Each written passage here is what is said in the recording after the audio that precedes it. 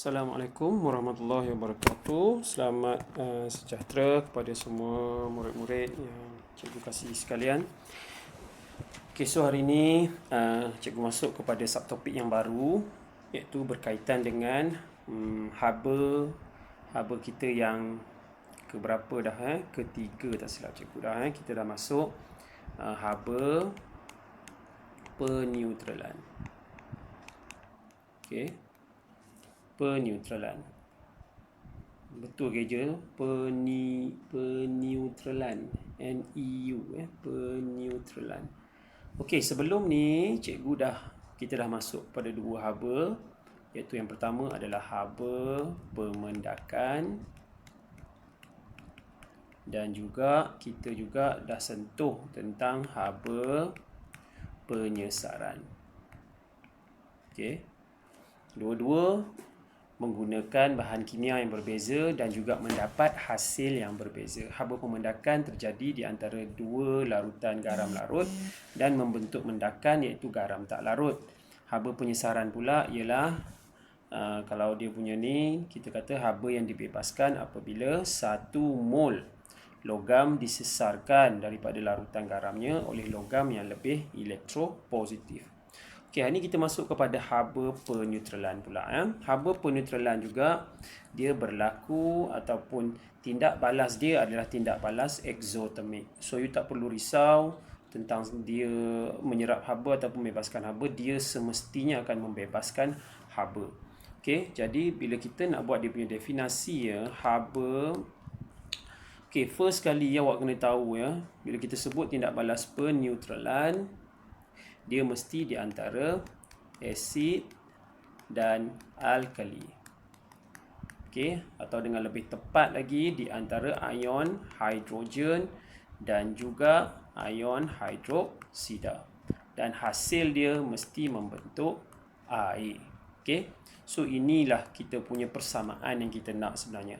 Tak kisah asid apa sekalipun, tak kisah alkali apa sekalipun, asid tu kuat ke, asid tu lemah ke, alkali kuat atau alkali lemah, yang penting asid itu memang ada ion hidrogen, alkali itu ada ion hidroksida, dan hasil akhir dia awak akan dapat neutral. Neutral itu bermaksud awak akan mendapat ataupun kita akan memperoleh air lah di situ.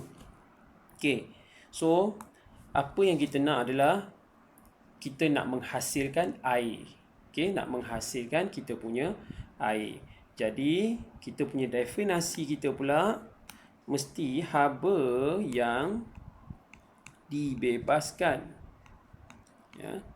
Apabila apa? 1 mol air. 1 mol air dihasilkan ataupun 1 mol air dihasilkan, atau kita boleh kata terbentuk daripada tindak balas apa? Asid, ataupun awak kata tindak balas ion hidrogen dan alkali, atau tindak balas ion hidroksida. Boleh saja awak menggantikan terus asid itu dengan ion hidrogen dan alkali itu dengan ion hidroksida. Okey, itu yang dimaksud dengan haba peneutralan. So, dia tak susah, sama saja, yang membezakan dia adalah bahan dia. Bahan dia yang membezakan dia. Cuma asid ni dia ada 4 kategori. Tindak balas dia ada 4 kategori. Iaitu yang pertama tindak balas, bagi tindak balas peneutralan kita ada 4 kategori. Okey, kategori yang pertama adalah asid kuat tambah asid kuat. Okey, asid kuat tambah asid kuat. So hasil dia tetap samalah, garam dan air. Okey, garam tambah air. Okey, yang kedua pula asid kuat tambah dengan alkali. Ni apa ni? Alkali lah. tambah dengan alkali lemah pula. Okey, hasil dia sama. Tu garam tambah air. Okey, yang ketiga, kategori yang ketiga kita ada asid kuat. Asid kali ni asid lemah lah. Asid lemah tambah alkali kuat pula. Ya, so hasil pun sama juga. Yang keempat, kali ni dua-dua pun lemah. Asid lemah tambah dengan alkali lemah. Okey, memperoleh hasil yang sama. Okey, kenapa penting untuk kita letakkan dia dalam 4 kategori ni?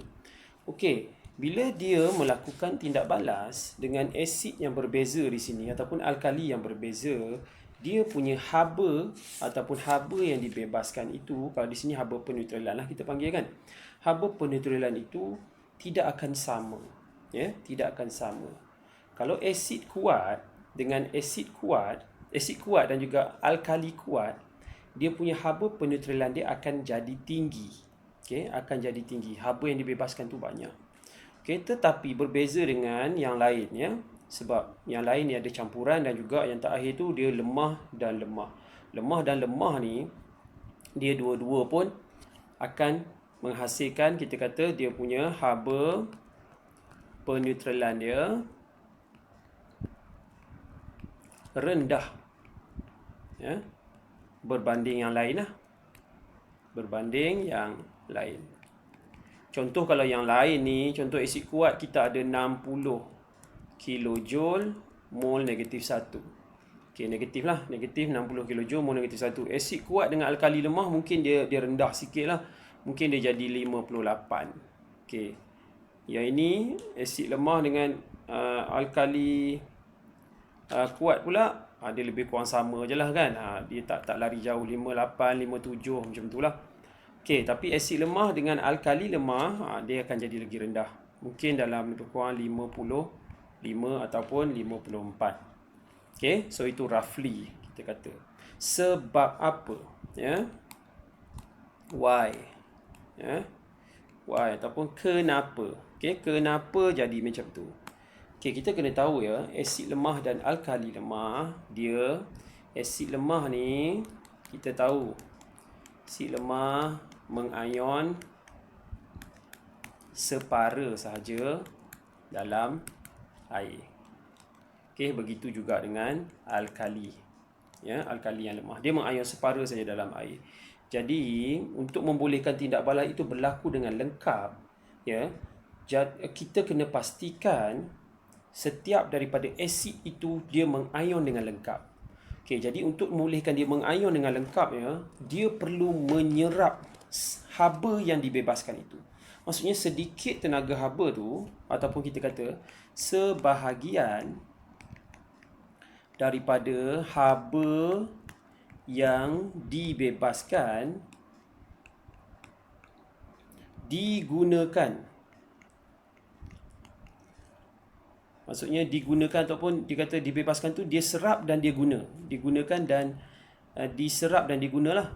Digunakan dan diserap. Terbalik sikit lah. Diserap dan digunakan untuk membolehkan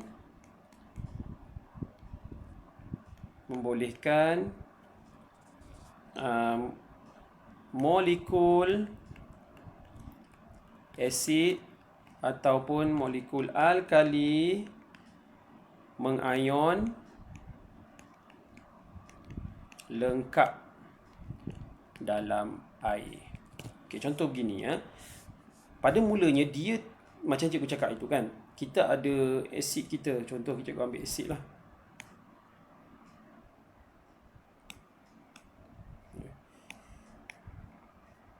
Okey, kita ada asid kita ya. Asid kita katakan HCl katakan. Kita ada itu asid kuat kan. Asid etanoik. Asid etanoik CH3COOH kan. Okey, ni katakan CH3COO minus dengan H+. So dia dalam bentuk molekul pada awalnya Okey, kemudian apabila dia bertindak balas, okey, ni pasangan dia lah, ni dia. Okey, dia mengayon separa. Maksudnya apa? Bila dia mengayon, dia bukan semua ni akan putus, ya. Bukan semua ni akan putus. Okey, tidak. Dia hanya mengayon separa. Maksudnya daripada 5 molekul ni, mungkin hanya ada satu sahaja yang akan mengayon membentuk ion hidrogen. Contoh, satu saja yang jadi ion hidrogen. Yang lain masih lagi kekal dalam bentuk molekul. Okey, jadi dalam tindak balas ini dia tak boleh. Dia mesti semua sekali bertukar ataupun mengayon dengan lengkap. So apa yang dia buat? Untuk memecahkan ikatan di antara molekul tu untuk membentuk ion. So tenaga yang dibebaskan semasa tindak balas, tenaga haba yang dibebaskan tindak balas akan diserap oleh molekul-molekul ni balik. Kenapa diserap? Supaya molekul ni ataupun dia boleh putuskan ikatan, ya. Haba diserap dan digunakan. Okey. Haba diserap dan digunakan untuk membolehkan molekul asid tadi ataupun molekul alkali tadi mengayon dengan lengkap. Maksudnya daripada 5 molekul, 5 ion hidrogen yang terhasil. Maksudnya semua akan bertukar menjadi ion hidrogen. Sebab itulah sebahagian tenaga haba yang dibebaskan itu akan diserap. Jadi tenaga haba yang dibebaskan itu akan berkurang lah. Sebabnya mungkin sedikit tu diserap untuk memecahkan ikatan di antara molekul bagi membolehkan dia mengayon dengan lengkap dalam air. Okay, itu yang penting awak perlu tahulah kenapa dia punya tindak balas itu untuk 4 kategori itu dia berbeza-beza. Okay, sebab dia ada asid kuat. Asid kuat tak ada masalah lah. Semua haba akan dibebaskan dengan lengkap lah. Tapi asid kuat dengan alkali lemah, jadi alkali lemah tu perlukan tenaga haba untuk dia memecahkan ikatan dan membentuk ion dan membentuk ataupun mengayon dalam air lah, membentuk ion hidroksida. Okey. So kita selesai di situ. Sekarang cikgu ambil satu tindak balas, kita kata eksperimen dia. Eksperimen dia mudah saja, tak susah ya. Semua eksperimen dalam tindak balas haba peneutralan, haba penyesaran dan juga haba pemendakan ni, tindak balas dia sama, eksperimen dia tetap sama iaitu kalau untuk asid dan alkali kita ada 2 bekas lah, 2 bekas polistiren diisi dengan asid dan juga alkali. Cikgu ambil contoh yang mudah. Kita ada katakan 50 cm padu, 0.1 mol DM negatif 3 HCl, asid hidroklorik. Ini pun sama, 50 cm padu, 0.1 mol DM negatif 3 NaOH. Okay, so kita dah ada 2. Alright, so first apa yang kita perlu buat adalah ambil dia punya suhu awal. Okay, suhu awal diambil. Okay, suhu awal diambil tu ada pelajar tanya cikgu nak buat macam mana suhu awal tu kalau dua-dua suhu tu berbeza? Senang je. Kalau sini 25 darjah Celsius, sini 26 darjah Celsius, jadi awak tambahkan kedua-duanya and then bahagikan dengan 2. So itu adalah suhu awal kita, purata suhu awal. So awak akan dapat 25.5 darjah Celsius. Okey, itu maksudnya suhu awal lah. Okey, kemudian apa yang kita perlu buat? Kita tambahkan kedua-duanya macam biasa dengan cepat ya. Tambahkan kedua-duanya dengan cepat. Okey. So masukkan kedua-duanya dengan cepat. Sebab apa kita masukkan dengan cepat? Kemudian kacau dengan kita punya termometer kita. Kenapa masuk dengan cepat? Masukkan mana-manalah kita kata masukkan larutan NaOH ke dalam asid, ke dalam larutan asid dengan cepat. Sebab apa? Kita nak mengelakkan kehilangan haba. Kalau awak tarik macam buat teh tarik tu, So haba akan dibebaskan dengan cepat lah masa time tu kan. Dia tindak balas tu berlaku, terus haba tu keluar melalui atas ni. So kita tak nak benda tu berlaku, so kita masukkan dengan cepat. Jadi kita boleh nampak kita punya suhu tu meningkat lah. Lepas tu catat suhu tertinggi.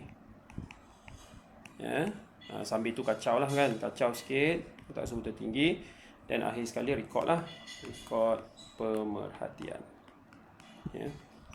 Sangat-sangat simple saja eksperimen dia. Okay. Seterusnya apa yang kita nak tengok adalah kita nak tengok contoh. Contoh, kita tengok contoh. Cikgu ambil satu contoh dalam buku teks lah. Cuba cikgu improvise sikit saja. Okay, kita gunakan tindak balas kita. Okay, yang ni tindak balas biasalah. HCl tambah NaOH. So kita dapat NaCl tambah H2O. So tak ada masalah di situ. Okay, contoh, kita ambil satu contoh daripada buku teks. Contoh kita, okay, 60. Kalau di sini 60, kita ambil lah 60. 60 cm padu larutan NaOH 2.0 dm negatif 3. Campurkan bersama dengan 60 cm padu larutan asid etanoik. Okay, asid etanoik pun sama juga 2.0 mol dm negatif 3. Okay, kemudian suhu tertinggi campuran ialah 40.5 darjah Celsius. Okay, kemudian dikata suhu awal ialah 28 darjah Celsius. Okay. Bagi NaOH dan 28 darjah Celsius juga bagi CH3COOH. Hitung haba peneutralan. Okay, diberi muatan haba tentu 4.2. Muatan haba tentu tak payah hafal lah sebab dia bagi dalam soalan. Okay, so macam biasa cikgu cakap, apa yang kita perlu buat awal-awal, letakkan rumus yang utama. Delta H equal to Q over N. Okay, Q, delta H diberi tak? Tak diberi di sini. So kita kena cari delta H. Bila delta H tak diberi, maksudnya Q dan N kita memang boleh cari dengan lengkap lah.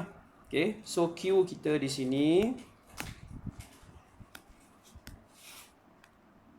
Okay, Q equals to, macam biasalah, MC T theta. M kita adalah M kita 2, berapa tadi? 60 tambah dengan 60 kan? 60 tambah 60. C 4.2. Theta kita tolaklah 40.5 tolak dengan berapa? Tolak dengan 28. Okay. So jawapan akhir kita akan dapat 6,300 joule. Okay, so macam biasalah cikgu cakap mesti tukar kepada kilojoule sebab delta H dalam kilojoule. Jadi 6.3 kilojoule. Right. Dah dapat itu, apa kita perlu buat? Kita kira pula dia punya N pula kan. Kirakan N dia. N yang pertama adalah daripada NaOH kan. Kita kena kira dua-dua lah. Kalau takut dia punya kepekatan tak sama, cikgu cakap apa? Kita ambil kepekatan yang rendah. Kalau kepekatan tak sama, means bilangan mol dia pun takkan sama lah. So kita akan ambil bilangan mol yang lebih rendah. Tapi di sini sama, tapi awak kena kira juga dua-dua ya. Okay, so awak kira bilangan mol NaOH. Okay, MV per 1000. Okay, so dapat M kita sama juga berapa? M2 kali dengan 60 bahagi dengan 1000. So awak dapat jawapan dia 0.12 mol. Okey, begitu juga dengan bilangan mol CH3COOH equals to MV per 1000. So, awak pun kira 2 kali 60 bahagi 1000. Dapat benda yang sama, 0.12 mol. Then, masukkan saja rumus ataupun masukkan nilai yang awak dah dapat tadi ke dalam rumus. Iaitu delta H sama dengan Q over N. Q 6.3 kilojoule bahagi 0.12 mol. So, jawapan akhir akan dapat 50.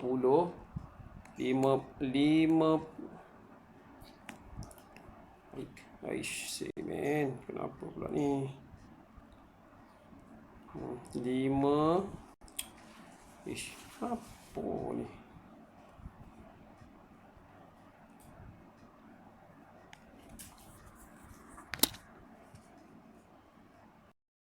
Okey, akan dapat 52.5 kilojoule mol negatif 1. Okey, so haba peneutralan kita, haba